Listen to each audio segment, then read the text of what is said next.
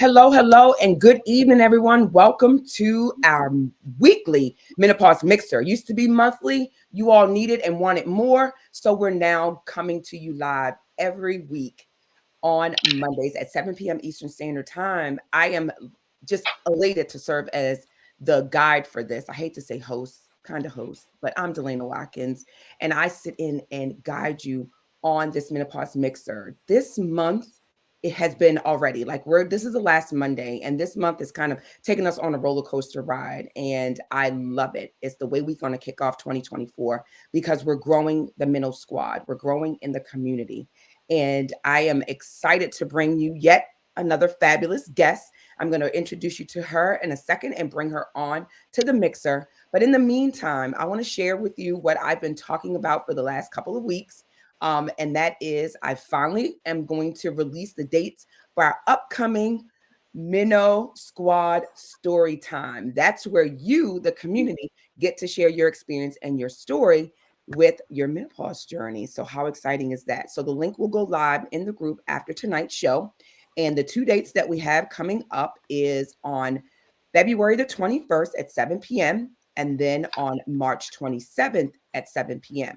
Now, they're supposed to take place on every third Wednesday. However, I did not do it in March on the third Wednesday because that falls on my anniversary. So I vow that I will not work this year on my anniversary because it's our 15-year anniversary. So I'm gonna be nice to my husband. I'm not gonna work. I'm not gonna do it. So I pushed that one in March to the 27th.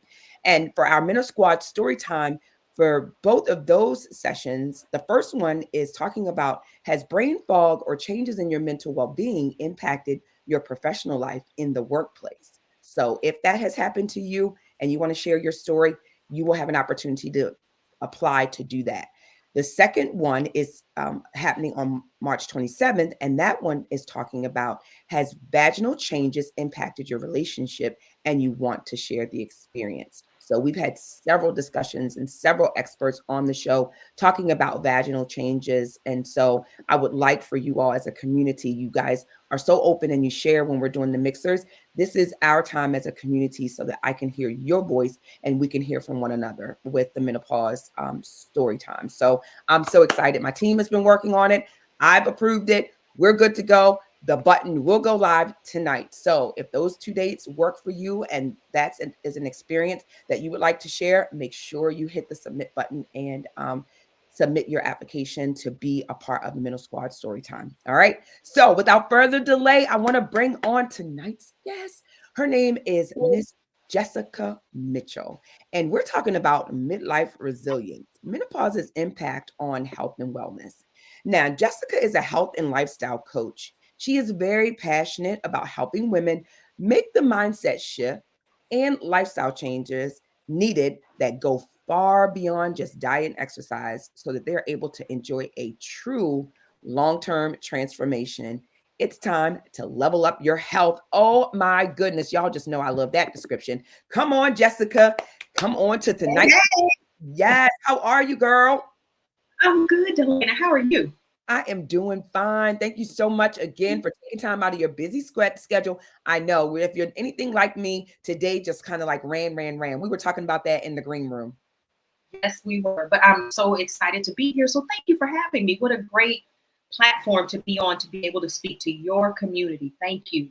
You're absolutely welcome. Yes. Hey, ladies, thank you guys for joining us tonight. Listen, if you're joining us live on the show, make sure that you show some love. Say hello. Welcome into the Menopause Mixer. Say hello to your Minnow Squad. Of course, to my lovely guest for tonight, Miss Jessica Mitchell. So we're going to jump right into it because not only are we talking about midlife resilience now, I just shared how I want all of us to be involved in the community because I know that I talk about this all the time, how oftentimes we feel alone on this journey, right? Or sometimes we like get thrust into this and don't even realize that we're entering into perimenopause and menopause. leading into postmenopause. We have no idea. We just know that there's things happening and changes happening in our body.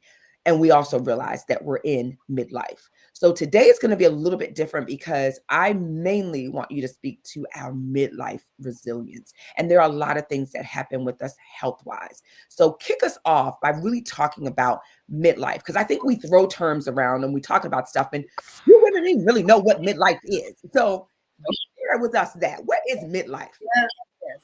So, I mean, there are, the statistics, the numbers about when perimenopause starts and then menopause and then postmenopause being, those 12 months afterward. But when I think of midlife, I think of it really more as a season. It does happen to run congruently with menopause. So it's very similar. But I do like the term midlife too, just because it is a little more inclusive than just those numbers, because those numbers don't always mean that. So just as an example, it's typically said that perimenopause can start mid 40s. Some women they'll start that earlier. And if you just have this number of mid 40s in your mind, or worse yet, Delayna, you have this number in your mind of mid 50s and 60s, our old way of thinking what menopause looked like, then there's some things that you could be missing in your mid 30s that you need to start doing to prepare. So by saying midlife, I think it puts a woman on notice that yes, there are these different stages of life that, we know what puberty is. And then of course you go into your late teens and your early 20s, and this is the prime of life. And then very quickly though, you can start transitioning into midlife. And since it's not a death sentence and doesn't need to be something that's negative, I want women to really understand and know that this is the next phase, generally, I was going to say after childbearing years, but even on the tail end of those childbearing years, this new season of life for us. Absolutely. And you guys know, well, maybe not. I think we got some new people on here tonight. Welcome to tonight's Menopause Mixer. But like what Jessica was describing, I call it, here we go with the finger snaps, the feminine evolution. How freeing is that? Okay. Yes. Yeah. Yes, it is. Absolutely. So I want to take this opportunity right now again to welcome some ladies to the show. I'm going to show on here on screen. Oh my gosh, I have been waiting for this day. Hello, ladies. Hello, and welcome to the show. Listen. Hello. Right. That was Dana who said that. So welcome, Dana. Welcome to the show. I'm so glad that you were able to tune in, and hopefully you will hear something that will like make you lean in, spark up and say, yep, I understand. So if so, make sure you give us some emojis, some fires, some hand claps, and some comments, of course. And then we also have, hey, my favorite topic. Let's see who that was that said my favorite topic. That was Jaguar. Hey, Jaguar, welcome to the show. She said that was her favorite topic. This is her favorite topic. So again, I try to choose what I know the ladies in the group are looking for. Again, I know what I may want to talk about, but if we're not feeding the community what it is that they are hungry for or what they need, then we're not serving the purpose, right? So again, welcome to tonight's show. So you talked about not necessarily going by, I'm 30, so this should be happening. I'm 40, this should be happening, but rather what are you experiencing? So what are some of the top maybe 2 or 3 things that you see with your clientele that are in midlife that women come, kind of just saying, I'm throwing my hands up. I have no idea what's going on. I'm, sick of dealing with this. My doctor has no clue what's going on, or maybe they do, and we're trying to figure it out, but I still feel stuck. What are maybe some top 2 or 3 things that we experience in midlife that it seems like we're just kind of throwing stuff against the wall to see what sticks, and we're not necessarily doing the things that can make that particular situation better or improved? Yes, I would say because of the type of coach that I am, health, wellness, lifestyle modification to fight disease, a lot of what I see is the woman who is frustrated because she's been dieting all her life, and maybe what worked then doesn't work now. Maybe she even accepts that I'm not going to ever be my 20-year-old self, but whatever it is that she's trying to do right now, there's some challenges with that. It's just not working the same. And that's a huge flag that you are in midlife, but Mhm. what you did even in your 30s isn't working. So I would say weight loss is one of those, and just Mhm. overall improving your health, trying to improve those numbers, get those numbers down. It used to be a matter of I could just Right. go on some type of a diet, restrict some calories and drink some water and get things in line to where I want it. And I know that I'm not the only woman who Mhm. experiences that. So, with all of those different things going on that I know you've talked about, the lack of estrogen and how that affects the body, that's the physical side. But then on the even emotional side, I know we'll talk, more about that. There's even just the sandwich generation Yeah. of the elderly Yes. parents, and some of us still have teenagers in our 50s. So, or even if they're out of the house, you're always a parent. So there's a lot of stress, and women find that they're not handling it the same way. It's Mhm. that this stress is taking more of a toll. And it's like, well, is it just because I'm getting older, or am I more stressed? But there's just so many different things going on in this season that are contributing to what some of their main concerns happen to be. Absolutely. And I always know that like weight loss is one of those things, or having noticed that they've gained weight. And I talk about this Mhm. several times, so I don't want to kind of, continue to rehash it. But that is true that for me, it was one of the very first indicators that Yeah. definitely there was something going on, because I've always, been healthy. I've always, followed pretty much the same regimen for the most part. And noticing that that was no longer working and something was, amiss, basically, with Yeah. my body. So that was an indicator for me. So again, I'm sure that out of all of the women that are tuning in, you can kind of do one of these numbers. You can say, yeah, or, think back to yourself, or maybe you're in that space right now that what you're currently doing is either frustrating you, or you notice that it's, things that you've done in the past to say maybe get you out of that plateau is no longer working. So Mhm. I would like for you to turn up the volume and lean in and talk and listen to us, and or talk, comment, share your experience. Or if you want clarification on something, make sure that you comment on the chat while we're live, so that we may be able to address that for you if you don't hear us address it during our dialogue back and forth.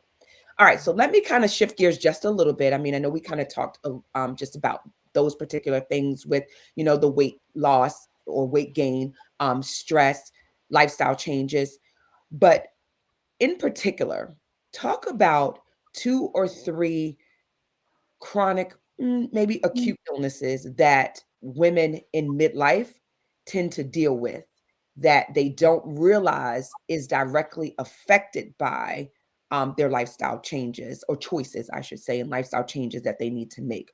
Name just a couple. Let's just talk about like maybe 2 or 3 of those, conditions that I know for a fact that we as, women in midlife, as well as African women, tend to deal with more often. Mhm. Well, let me say this, Delanna. If it's okay, I'd like to talk about it even from the standpoint of what we deal with that we may not even realize we're Absolutely. dealing. Mhm. Okay, and I'm going to start with heart disease. It Yes. is still the leading cause of death among women, even more so women of color. Next month is Heart Disease Awareness Month. And I'm not sure if I've shared this with you, Delanna, but my sister, it's been about 6.5 years since she passed away from a massive heart attack at age 40. Mm. Who would have thought that midlife could bring something like that on? My sister was not sick, but she did suffer from high blood pressure. So what happens in this phase of life is, because of all of these different hormonal changes, we talk at length about what estrogen, the lack of, how that affects us, but it has a direct bearing on our heart's health. And because certain communities, i.e., communities of color especially, are already dealing with a higher incident rate of diseases like heart disease and high blood pressure, high cholesterol, these cardiometabolic conditions or diseases that they call them, then that makes us even more at risk for heart disease. Anyway, okay, so now you put midlife on top of that. And I actually just saw today, and it's something that I knew, but I always just am so fascinated with the statistics, because so when many women don't realize it, but 54% of women don't realize that heart disease in midlife is their greatest risk. And then just the fact that heart disease kills more. than cancer. Mhm. Excuse me. That's okay. You're fine. I Gotta got have that that water tickle. handy. Yes. Got that tickle. And so that is one of those things that, although we may not believe we're dealing with it, that's what's going on inside our bodies. And so, I mean, I'm really passionate about women understanding that as a particular risk factor, hmm danger, something that they really need to be paying attention to, because we can talk lack of estrogen and how that makes us maybe look a little older because the wrinkles and vaginal hmm dryness and all these other things, but the effect that it has on the heart is really key to be thinking about. Exactly. And I don't think we do. I see a little bit more now. Again, number one, because there's more discussion around midlife and menopause, um, that you're starting to see more discussions around the impact of us losing the estrogen protection and increasing our risk for heart disease. So I am starting to see a little bit more discussion around that and having us understand that. Those of us that are Mhm. in the healthcare and medical community, health and wellness community, realize that. But how do we make that discussion bite sizable, if you will, for the everyday woman to understand how important that is? And so that's why these discussions like this is so important, because they need to understand and know the risk. I mean, we all know, wear red, it's Heart Health Disease Awareness Month coming up. But what exactly does that mean? You shared at the beginning of your comment about how your sister, 40 years old and Yes. perfectly healthy outside of having hypertension, had a massive heart attack. Like, what does that look Mhm. like? How were there signs that maybe her healthcare provider missed, or that she was not in tuned or aware of, that could have prevented that? Was she educated on the fact that she's entering into midlife? And so different things need to happen, and all of that. So it's so important. And that's why I said there is no age limit. There is no age of entry into, it's us preparing, right? How with the life that we're living and experiencing now does have a lot to do with how we lived then, right? For now, and what we're looking at right now. Not to say that it has to be bad or it's negative. It's you changing some of the lifestyle behaviors that you have, which we're going to talk about in a second. That's kind of my segue to talk about some of the lifestyle changes. And I mean specific, not just necessarily, oh, eat better, exercise. I mean, okay, yeah, we can get that off of Dr. Google. I'm wanting us to really delve into what does that look like for the busy woman. In the meantime, I want to put a comment up from one of our viewers, and it says that the latest on my menopause symptoms, dot, dot, dot, heart just starts racing out of nowhere. And this was Jaguar who shared this. The latest on her menopause journey and the symptomology that come with it is her heart just start racing out of nowhere. Mhm. And so, yeah, it goes, go ahead. And what were you going to comment? And I was thinking, that doesn't necessarily mean that a heart attack is on the way, Mhm, but I do think that it's beneficial for every woman to consider having a cardiologist at a certain age, just because the risk can be so great. Some of mhm, those symptoms of menopause can mimic, an oncoming heart attack. So, I mean, I had to tell myself, especially after this with my sister, not to just be so overly paranoid or concerned mhm, every time something felt a little strange. Because that also, as Jaguar mentioned, that's one of the symptoms that is very common with menopause. mhm. It's like your body belongs to someone else. Yes. But at least we're aware that, to at least keep an eye on Mhm. those specific symptoms. Absolutely. Yeah. And Jaguar, that was one of the very first symptoms that I experienced, which also let me know that something was going on. So I went to see my primary, who then sent me for a stress test. And then I had to wear a heart monitor. All this only to find out and understand and know, once we, me, I then became, I've shared this story many times. I became my own advocate and started to track, symptoms and triggers and all of this, only to find out I was just entering perimenopause. And this was an expectation of what could potentially happen. But we had did this whole battery of tests, litany of things, trying to figure out. I was grateful to her for being, very thorough, but at the same time, she also lacked the awareness and knowledge. And she's an African American doctor. And again, now that has shifted and changed for her. But it's one of those things where, again, us being very aware of what we could experience what some of the expected symptomology may present as, and then making sure that we take the necessary steps to be aware of that. So yes, heart racing, palpitation, what we call arrhythmia, just all of that can very well be associated with losing the estrogen. So again, we're going to have a specialist on here throughout our menopause mixers to delve a little deeper into that and to take some of that technical stuff and help to like water it down for us, if you will, like bring it what I call down to the layman's terms so that we can understand what exactly does that mean? What does that look like? How do we mitigate that? So of course, stay tuned for that. But the biggest thing that both Jessica and I want you to know is these definitely are risk factors as well as symptomology that you may experience along your midlife and menopause journey. Now, shifting back to you, Jessica.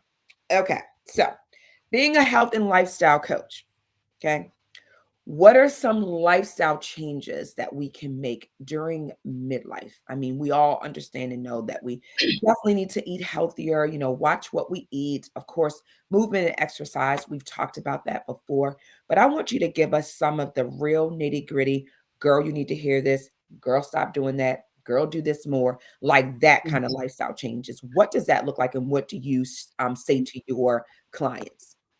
Clients. Well, the eating piece is certainly important, but specifically at this stage, I want my clients having more protein because protein helps to support not just weight loss, but also strong muscles and bones. And particularly strong muscles are what we need right now. So without going down the diet road, increasing protein and of course, eating more green vegetables because you're going to get the fiber that you need. So, we start with that as a foundation, but I don't believe in strict diets. Beyond that, then we start looking at some of the movement that should be part of your lifestyle. One of the things I'll start with that I don't encourage. Now, this is just how I coach because I've been now a health coach for 19 and a half years. And I also share what worked for me is the all or nothing approach doesn't work. So figure out what it is that you can do consistently because this is something you need to be doing really from now on. What I love is when I see women that are in their 60s and 70s that are still moving their body. So find what it is that you can do realistically from now on. Now, while we have this strength and vigor, that strength training and that Delayna, for me and my clients, that's a non-negotiable. At least 3 good days of body weight, actual weights, or some type of other strength training. And it's also important for heart health because of the types of lifestyle diseases that I address. It is very important that you have a strong heart across the board. That's going to help you. And so we also we talk a lot about the importance of consistent strength training. Mhm. Yes, walk every day. I mean, I'm fine with that, but you must do strength Yes. training and we will not bulk. We've heard that. So that's the eating and exercise. And there's still some other lifestyle things. Would you like me to go further into some of the lifestyle Absolutely, things? yeah. So far I put on there protein is queen, and they've heard me say Mhm, that before, and then strength training is a must. So I want mhm, you to bust the myth about strength training that I often hear from my clients as well. About strength training making I don't want to look masculine. I don't want to, I have no interest in building muscle and all of mhm, this. And so that truly is a myth, especially for us absolutely. in midlife. So It- talk a little bit about why you encourage strength training. I know you said, again, I always say don't be cardio heavy. Not that cardio isn't mhm, important, not that I say don't go for a walk, but definitely at this juncture, in midlife, we need to kind of flip it a little bit. mhm, mhm. Right. And because I work with women who maybe weren't necessarily gym rats to begin with. Mhm. They're coming to me like what I've been doing isn't working. Okay. So it's a particular type woman. And I want to again be clear that that all or nothing approach doesn't work. So if we can do even 3 times a week Mhm. of strength training and start small until you get to the point, because I'm not a fitness instructor, but when your body listening to your body, and when you get to the point that your muscles are starting to feel a little stressed while you're working out, and then all of a sudden you feel fine, then it's time to start upping the weights and doing something different. we will not bulk up. You'd have to do so much lifting, Mhm, heavy lifting, and there is a particular protocol and diet mhm. that women who want to do that would have to do. And that is certainly not what I coach because I'm not coaching bodybuilders. Exactly. I was just getting ready to say that's kind of like that fine line on bodybuilding. Now, the way that I work out is a little different. Prior to going into perimenopause, and like you said, there's a little bit of a shift that would have to happen in your dietary intake in order for you to kind of reach that level of what we consider what we call bulking or muscle building, body training. Mhm, Um, mhm, but from the intake of what we're are already encouraging, that's pretty much not going to happen. Again, strength training does a couple of different things. And Tracy, hey Tracy, welcome to tonight's Menopause Mixer. Good to see you, girl. She says strength training makes you feel strong on the inside. So it I want you to does. think of it like in terms of that and not necessarily what you're looking to see on the outside, like with the muscle Mhm, building as well. And then the second part of it that you said, Jessica, was for your heart health. So when we think of why we're doing things, always go back to the why we're doing it, right? It's always, and so I find that, and I'm sure you find this in your coaching as well, that when we help women to understand why they're doing the things that they're doing, they tend to kind of really stick with it and have less excuses or barriers or issues with following through and carrying them out. It's really that part of understanding, why am I doing this, right? Why am I going to work out? Why am I working with body weights, resistance training? Why am I doing these things? So if we continue to drill home the reasons and increase the education on why they're doing what they're doing and why this is so important, I think we have a higher incidence of compliance, if you will, right? Because they won't see it as a chore. Or and it'll more effectively kind of overturn some of these Mhm. preconceived ideas that we've lived with. Not only the I will bulk, but the Right. other, if I haven't sweat or done Mhm. XYZ for Mhm. 60 minutes on the treadmill, that's not a real workout. And, Right. I remember having to make that shift that what you Mhm. see as far as calories burned, it's not about that. And some Right. of that to me starts to also come with the emotional maturity that comes Yeah. with being Mhm. midlife, starting Absolutely. to really grasp the fact that the other way does not suit us now in this season. Yeah, absolutely. And I'm so glad you also made another point. So I'm going to have you say that again about leaving the gym and not necessarily breaking a sweat. Okay. You Yes, just because you didn't break a sweat doesn't mean you did not have an effective workout. absolutely. And I mean, realistically, you may not with weight training, but the other benefit, even just from a weight loss standpoint, aside from midlife, Mhm. is just that your body is still working when you've stopped. So yeah, Right. you can sweat it out if you want to and Mhm. and show 500 calories on your watch, but the effectiveness of strength training and what it's doing for your muscles and especially that heart muscle and your metabolism after the fact, I mean, those Mhm. benefits are golden.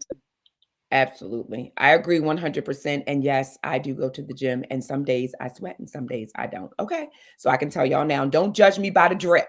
Don't judge me by the Yeah. sparkle. Okay. Mhm.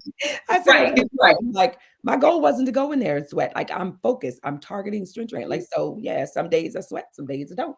It's okay. Right. Okay, y'all. It's a-okay. You going in there. Remember, I said we start with the end in mind. What is the purpose? Why are you going into, the gym or working out at home? Again, I don't necessarily promote and say you have to go into the gym. There are things that can be done at home as well.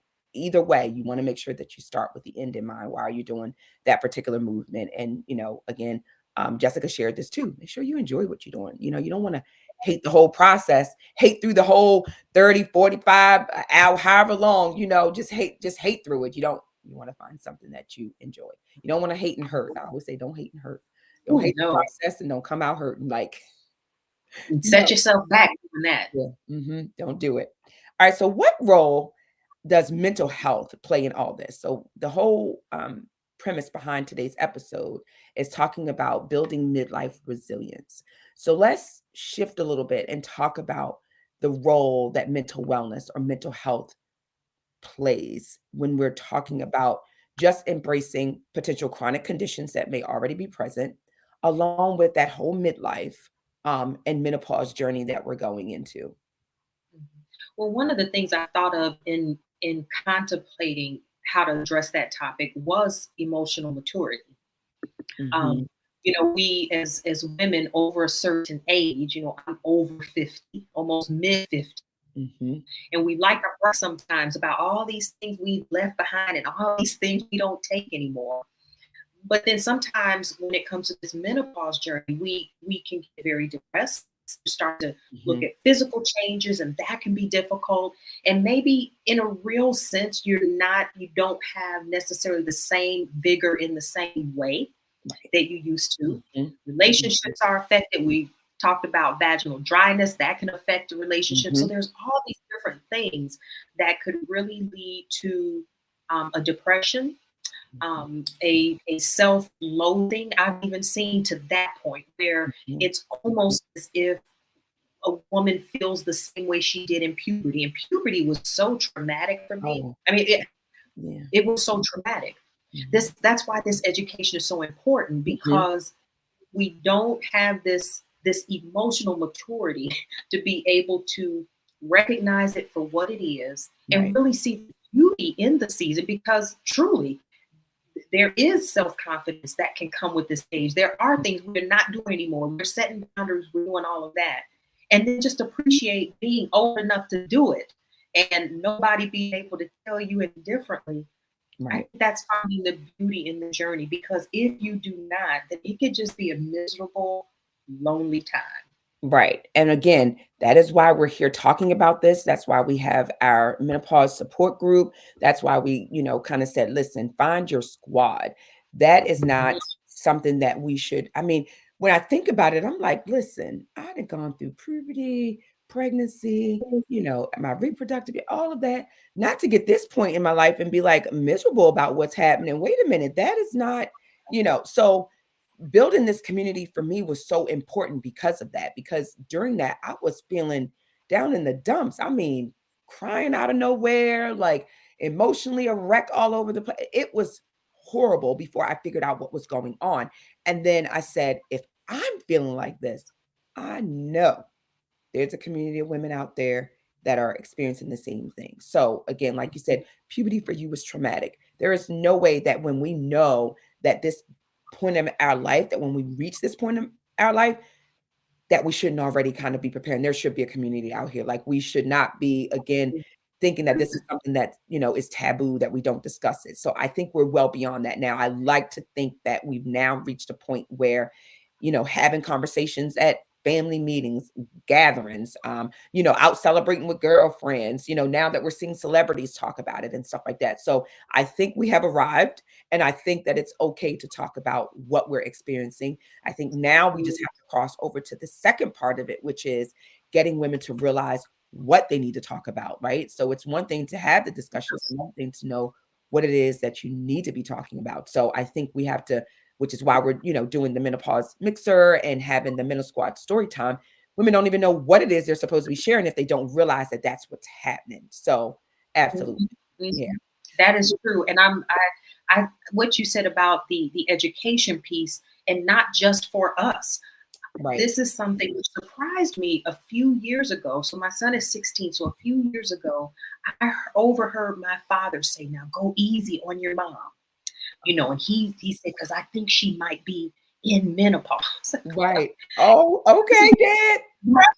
grandpa telling, so, Right. but because of that, those are the discussions that I have with him. And I just think back to, high school and sex education and all the things that would come up. Mhm. Menopause has never been part of that Right. conversation. So I feel that any man and woman, because eventually a woman's going to reach it. I mean, it's going to happen. Yep. And any man who knows a woman, it would Mhm. be beneficial for him to know. And that's really what helps to support our mental health, even in the home, Absolutely. so that everyone understands, just like they would with any other, condition. Not that menopause is a condition, but this is what this Any other season is. transformation or any other experience. Like I said, we don't That's treat puberty, pregnancy, none of that. We don't treat any of those as if it's like, oh my God, we don't talk about it or we don't know about it. But, you know, exactly. people in the group have heard me say this before. I even in my healthcare education, got maybe 20 minutes of menopause when we were talking about reproductive health. Maybe. Mhm. My healthcare provider that I was telling you, we're like this. And she was like, Delayna, they glossed over, like there is no really discussion about that when No, I'm going through medical no. school. So she didn't even know where to kind of like guide and go because again, it wasn't something that was part of, and she's internal medicine, wasn't part of their teaching. You talk Right. about it, you learn about it, you know what happens, but unless you're specializing in it as maybe, OBGYN or reproductive health, you may know. But Mhm, overall, mhm, the majority of healthcare providers really don't know. So I want to read this mhm. comment that by Tracy, and she said the emotions of menopause and puberty can mirror each other. They Absolutely. can. They Yep. can. And from both an emotional and a physical standpoint And in some physical. ways. Yep. Okay. Mhm, Because it's mhm. the onboarding of estrogen and then it's the lower. So some of those things can kind of mirror, just like when your mom said, oh, you on your period. Oh, this is happening. Oh, this, Yeah. when you were younger and you're going through puberty, it's kind of the same. So yes, Mhm. Tracy, thank you so much for that comment as well. And oh, you're welcome. Tracy said, hold on, she put on here. Let's see. We are so glad you created this community. Thank you so much, Tracy. Yes. Listen, this community has helped me in more ways than I can count. I told you, like, oftentimes we do things out of pain or Mhm, purpose or passion or profit. And I don't know. mhm. And it's like I needed this group as much as some of these ladies knew that they needed this group as well. So thank you for that. So I want to close us out this evening by kind of just talking about that very same thing that Tracy just brought up. And it was about community. So if you could, how can individuals, share with us, how can individuals foster a supportive community? I heard you say just now talking about your dad and him just sort of sharing that, your mom may be going through, menopause. Mhm, What mhm. is it that, we can do? Obviously, being a part of the menopause support group, but outside of that, maybe in our professional life, in our, own personal communities, what would that look like? Well, as far as our professional lives, I would say advocating for ourselves. There are times when maybe we may feel a little more fatigued. That's not a bad thing. There's nothing inherently wrong with taking a nap, getting sleep. Those are all of the things that the people around us need to be aware of so that they can make the adjustments to accommodate us. I wouldn't have said that 10 years ago, but to accommodate how we're feeling, what we're doing. And that goes back to even the mental and emotional health of really not that we coddle ourselves because we're hardworking women, but at the same time, we recognize any limitations that we might have and we take care of ourselves right now, self-care. Mhm. So educating those around us, I mean, because in a Mhm. community like this, we're feeling the same things and we can relate. But Awesome. even in communities like this, I like to see the vulnerability, the Mhm. the the bare truth, the honesty. I saw the post that you made, I think it was today, that touched on vaginal dryness and I was like, Yeah. say it again. Mhm. It is what it is. I can remember going back to puberty, that embarrassment if you had a leak and somebody saw it. But Mhm. every girl in the class is going through that. But it Yes. was made to feel Right. shameful. Mhm. Exactly. So Yep. same thing with this menopause journey, educating people, talking about it openly, that Mhm. this is more than just hot flashes. Right. This is what it's doing to my body. This is why this is happening. And so I would say for me, that's probably one of the biggest things, putting it on the table. And Mhm. I'm just glad it is more now. You've got celebrities talking about it more now. You have platforms like yours openly discussing it. Right. That's the best thing we can do. And Absolutely. the last thing I'm going to say is educating our daughters as well, because I saw something just recently, and I'm sure you're aware as a health practitioner Mhm. that um, even Mhm. pregnancy can become the risk factor Mhm. for all of these lifestyle diseases that typically occur during menopause. It's almost like the seed was laid Mhm. when a girl becomes pregnant because of the risk of pregnancy or with that risks that come with pregnancy. So having these conversations early Mhm. in a woman's life, so educating our sisters, our daughters, I think that's part of where we get the camaraderie that we're not alone. So it's just important to talk about it like we would everything else, anything else. Absolutely. Yep. What did I tell you at the outset? I said I come on here, and although everything that I'm sharing obviously is very important and it's serious, but I come on here with that "hey girl, hey" type attitude because Mhm. I want women to tune in. I want them to be engaged. I want them to understand that I am their sister. My guests feel the same way and kind of come off with the same type of presentation style and sharing of information, because I think we lean in a little more. We listen a little more, like we're a lot more relatable with the information that we're sharing. Because yes, there's times when I may share and my guests may share from a statistical standpoint, or something that was shared in a medical journal, or what we've known or have learned through our health and lifestyle coaching, or whatever we may be an expert in. But at the same time, that's just to qualify us. I want us to kind Right. of lead in and say, but hey, sis, this is what I know to be true. This is what the experience looks like. And that is the important thing here in this community, is for them to be able to feel it. It's so important that Yeah. we feel it. There's a way in which we can disseminate information where the woman has to feel it.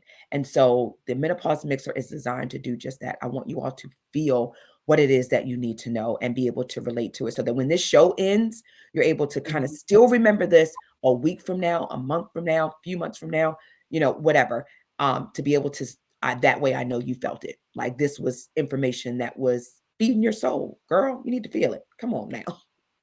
For sure. All right. So as we wrap up this show, I want to thank you so much, not only for, like I said in the beginning of the show, taking time out of your busy schedule, but I also want you to share where the women can find you for more. I'm putting your website up there at iamjessicamitchell.com. But where else are you in this world? There's always more than one platform. Always more than one. So you can also find me on Instagram at I am underscore Jessica Mitchell, and also on Facebook at I am Jessica Mitchell. And then actually my website will also link you to my other platforms, because I'm on TikTok as well, y'all. I said I'm not too Okay. old to be on TikTok. What? Listen, So those are the places that you can find me, where I do lifestyle coaching that helps prevent and manage chronic lifestyle diseases, especially in women of color. absolutely. And yes, I found her, well, actually my assistant, but I'm gonna say I did, but she found her on wasn't TikTok, it was Instagram. And Right. so I again am building like this catalog of amazing women, and those that kind of speak the language again that I want for my audience to be able to hear and to kind of lean into and cultivate this understanding of midlife and menopause wellness. So you have done just that. You've added to that, and I appreciate you sharing that tonight. Thank you so much. It Um, was my pleasure to be here with you. thank you. Absolutely. And of course, I do stuff throughout the year, and I always tell all my amazing guests I have the Menopause Unveiled Summit coming up in October. So look out for that, and look out for more information for you to be a participant in that this year. Would love. Thank you. So, ladies, once again, thank you so much for joining me for tonight's Menopause Mixer. And I know you guys have waited for the heavily anticipated link. It's here, bit.ly Mental Squad Story Time. That is where you can go to find the information on how you can share your story in our menopause community. I want to hear from you.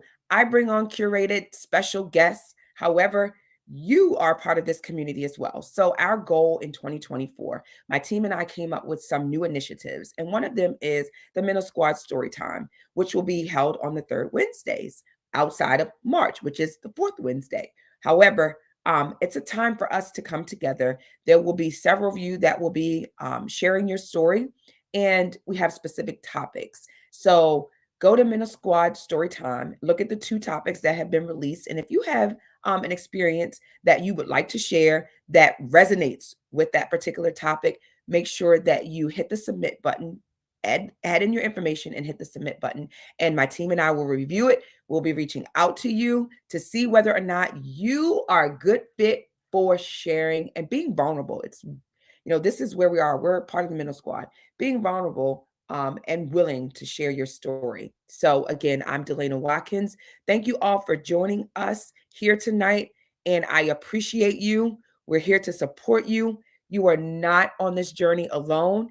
If you missed an opportunity to ask a question, make sure that you do so after this video ends. You can simply push add your question and add hashtag replay, and I will make certain that either myself or Jessica answer that question for you. So, again, thank you for joining tonight's episode, and I will see you again on next Monday, which is February the 5th, for our next episode. So, I will see you then.